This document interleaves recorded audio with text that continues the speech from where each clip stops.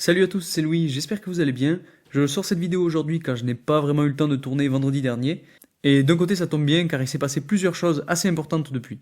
Donc aujourd'hui dans cette vidéo on va aller voir comment évoluent plusieurs cryptos et essayer de comprendre comment le marché pourra potentiellement se comporter dans les prochains jours, voire les prochaines semaines. Si vous avez suivi mes dernières vidéos, et notamment celle où je parle de la tendance pour 2023, vous connaissez sûrement mon avis pour les évolutions probables des cryptos pour cette année. Et si vous ne l'avez pas vu, je vous invite à aller la voir, parce que bien évidemment ça vous aidera à comprendre cette vidéo. Mais même s'il se peut que le marché soit plutôt calme sur toute cette année 2023, il se peut aussi qu'on assiste à de beaux rebonds, et c'est ce dont on va parler aujourd'hui.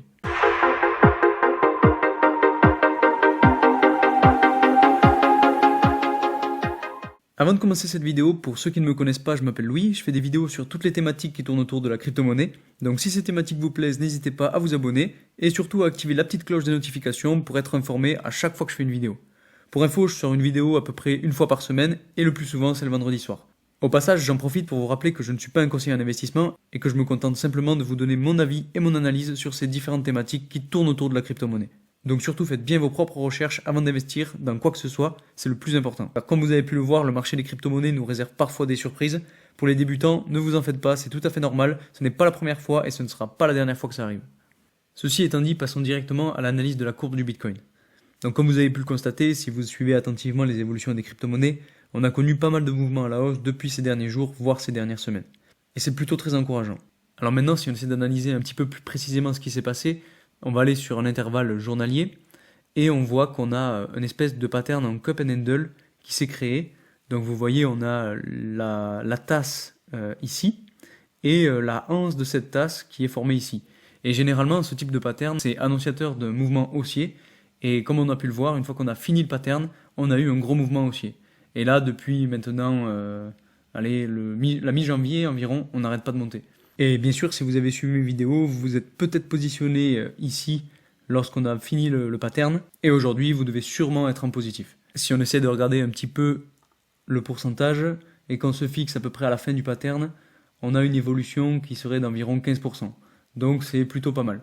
Maintenant qu'on a vu cette espèce de pattern en cup and handle, on va prendre un petit peu plus de recul et on va aller sur l'intervalle hebdomadaire. Alors sur l'intervalle hebdomadaire, la chose qui est selon moi la plus importante à regarder, c'est qu'on a une espèce de tendance baissière qui était traçable à peu près comme ceci, on va dire.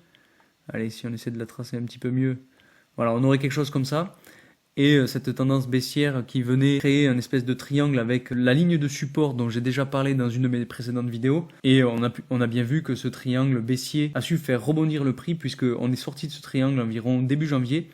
Et depuis, on n'a que des chandelles vertes, donc c'est vraiment très intéressant. La deuxième chose qu'il faut regarder toujours sur cet intervalle, c'est qu'on a une autre tendance baissière que je vais tracer comme ceci. Donc là aussi, c'était la tendance baissière générale sur tout le long du bear market. Et vous voyez que donc on a touché une fois ici, et ici on est vraiment venu la retoucher une dernière fois pour repartir à la hausse. Donc là aussi, on avait une espèce de triangle qui se formait entre cette tendance baissière et cette ligne de support. Donc une ligne de support qui a vraiment été extrêmement forte. C'est ce qui me fait dire que maintenant le Bitcoin n'ira pas en dessous de cette ligne à environ 15 500 $.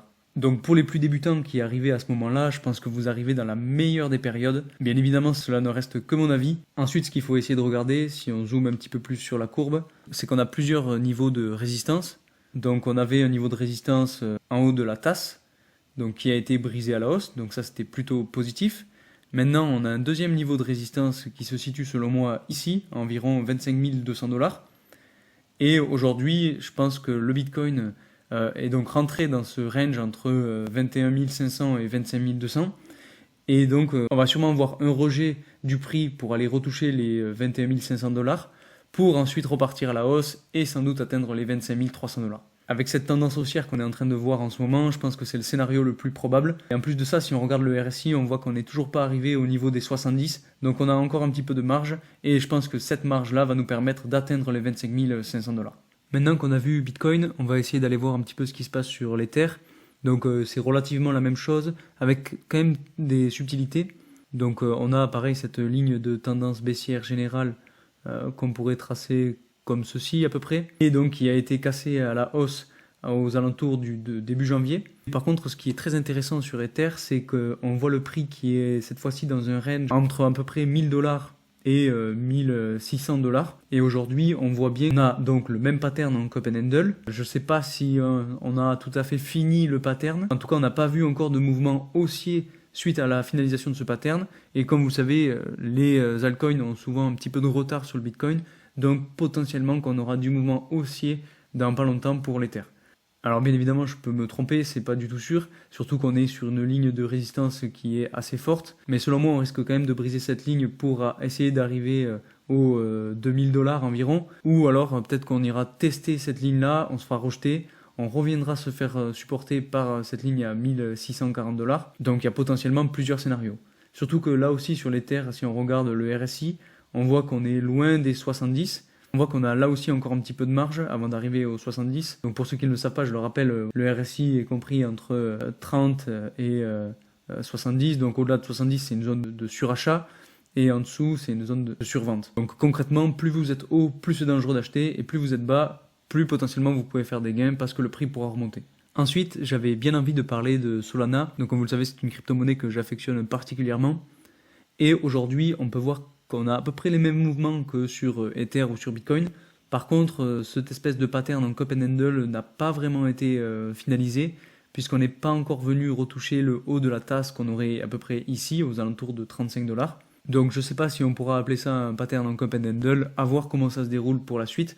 Est-ce qu'on va aller atteindre ce niveau aux alentours des 40 $ ou pas? On va voir ce que ça donne. Dans tous les cas, aujourd'hui, on est passé un petit peu au-dessus de cette ligne de support qu'on a ici et qui a su supporter le prix pas mal de fois avant le dernier bull run. Donc c'est assez intéressant, surtout qu'on a vu que sur des chandelles hebdomadaires, le prix s'était fait supporter plusieurs fois. Si on regarde le RSI, on voit qu'on est en plein milieu de la bande entre 30 et 70. Donc c'est vraiment très intéressant. Ça annonce de très belles choses pour la suite, à mon avis, sur Solana. Donc potentiellement qu'on viendra se faire encore une fois supporter par cette ligne à 21 $, pour ensuite rebondir, peut-être aller toucher la limite à 38 $ et se faire peut-être rejeter pour ensuite repartir à la hausse. Comme je vous le disais dans ma précédente vidéo, je ne pense pas qu'on aille toucher des all-time high cette année, donc en 2023. Je pense qu'on aura surtout des grosses stagnations avec potentiellement de petits pumps par-ci par-là avec quelques corrections, mais on restera dans une espèce de range à mon avis sur toute l'année 2023. Comme je vous le disais, je pense qu'il faudra attendre que les investisseurs reprennent confiance dans le marché, que l'argent soit injecté un petit peu dans tous les secteurs d'investissement pour qu'on puisse voir beaucoup de volume dans les crypto-monnaies et donc des mouvements à la hausse. Et je pense que ce type de mouvement haussier, on pourra le voir seulement qu'à partir de 2024. Alors peut-être que je peux me tromper, peut-être que je vois trop loin, mais bon, en tout cas, ce sera à suivre tout au long de cette année. Maintenant qu'on a analysé un petit peu les grandes courbes d'évolution du prix des crypto-monnaies, on va aller s'intéresser au Fear and Greed Index. Donc pour ceux qui ne le savent pas, je vais rappeler rapidement ce que c'est. C'est un indicateur qui donne la tendance générale sur le marché des crypto-monnaies. Donc plus on est dans le rouge, plus cela signifie que les gens ne croient plus du tout aux crypto-monnaies. Et plus on est dans le vert, plus cela signifie que justement tout le monde croit aux crypto-monnaies et pense que c'est génial. Donc que tout va bien. Et aujourd'hui, comme vous le voyez, on est passé dans le grid. Donc ça faisait très longtemps qu'on n'était pas arrivé à ce niveau-là, donc à 55. Vous savez que depuis le début de la chute, on est quasiment resté que dans cette partie rouge. Donc c'était assez ennuyeux. Aujourd'hui, on voit qu'on est passé au-delà de la partie centrale, donc à 50, et donc c'est plutôt intéressant pour la suite. Donc voilà, finalement, c'est tout pour aujourd'hui. J'ai fait cette petite vidéo pour essayer de vous donner une visibilité sur ce qui pouvait potentiellement arriver pour les prochains jours, voire les prochaines semaines. Bien évidemment, ce n'est pas du tout un conseil en investissement. Faites bien sûr vos propres recherches, faites-vous votre propre avis. Mais bon, voilà, je voulais vous faire cette vidéo en cette fin de semaine, donc aujourd'hui dimanche, parce que c'est vrai qu'on a vu beaucoup de mouvements haussiers lors de ces derniers jours, ces dernières semaines, et c'était plutôt très intéressant. Donc on va potentiellement continuer à avoir un élan haussier, mais il faudra tout de même se méfier parce que rien ne monte en ligne droite. On aura sûrement une correction qui va nous tomber dessus à un moment ou à un autre, et donc c'est à ce moment-là qu'il faudra déjà avoir pris des profits pour ne pas se faire surprendre.